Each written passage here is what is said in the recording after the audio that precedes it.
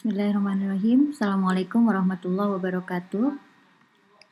Kita kembali di pelajaran cash flow management dengan topik cash disbursement.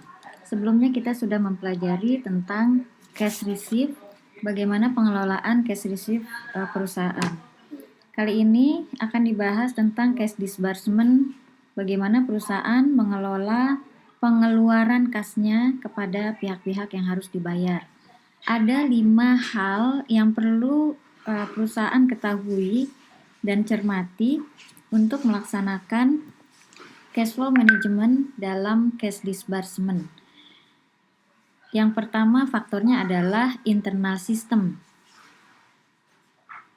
Dalam internal system diberlakukan adanya aturan bahwa yang pertama, jangan membayar lebih dari utang yang kita miliki.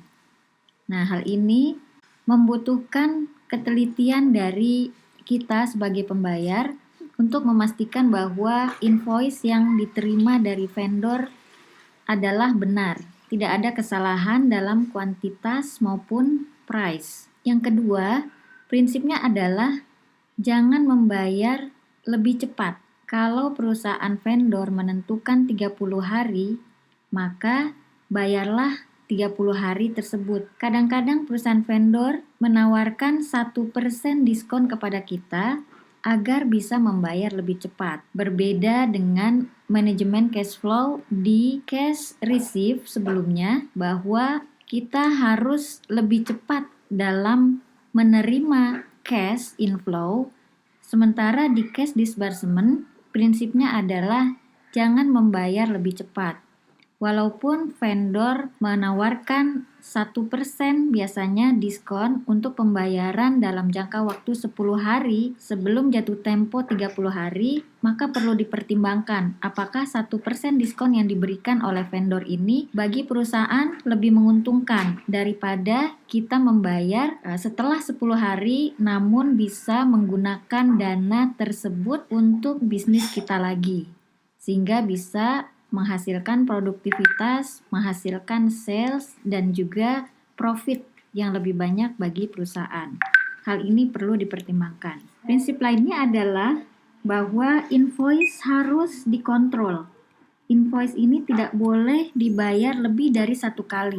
Kesalahan perusahaan membayar invoice lebih dari 1 kali adalah kesalahan besar. Kemudian yang terakhir, pastikan bahwa invoice yang kita bayar adalah correct, benar ya, secara perhitungan kuantiti barang yang kita terima atau jasa dan juga price atau harga dari barang yang kita terima. Sistem kedua dalam cash disbursement adalah payment policy atau kebijakan pembayaran. Perlu diperhatikan oleh perusahaan bahwa jangan pernah terlambat membayar kepada vendor. Kalau kita diberikan 30 hari masa pembayaran, maka tepatilah janji untuk membayar dalam jangka waktu 30 hari.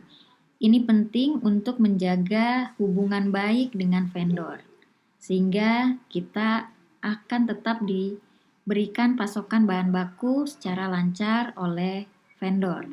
Berikutnya yang ketiga adalah payment system. Nah, payment system ini berbicara bahwa cash flow management is zero sum game. Jadi, apa yang menjadi benefit bagi perusahaan kita itu akan menjadi cost di perusahaan orang lain atau di perusahaan vendor. Demikian pula sebaliknya. Sehingga perlu betul-betul diperhatikan bahwa kita menjalankan payment system sesuai dengan kebijakan yang telah disepakati oleh kita dengan perusahaan vendor. Sistem yang ketiga dalam cash disbursement adalah bagaimana memanage cash disbursement. Dalam managing cash disbursement system ada 3 hal yang perlu diperhatikan oleh perusahaan kita. Yang pertama adalah mengenai sistem refunding. Ya, refunding system ini maksudnya adalah kita memastikan ketersediaan kas di bank kita, sehingga apabila jatuh tempo kepada vendor pembayaran-pembayaran ataupun kepada karyawan, kepada pajak, maka kita memiliki cash yang cukup untuk membayar tagihan-tagihan tersebut. Sehingga perlu melakukan funding atau penyediaan dana kepada rekening yang mana kita akan membayar lewat rekening tersebut. Yang kedua, estimating funding system.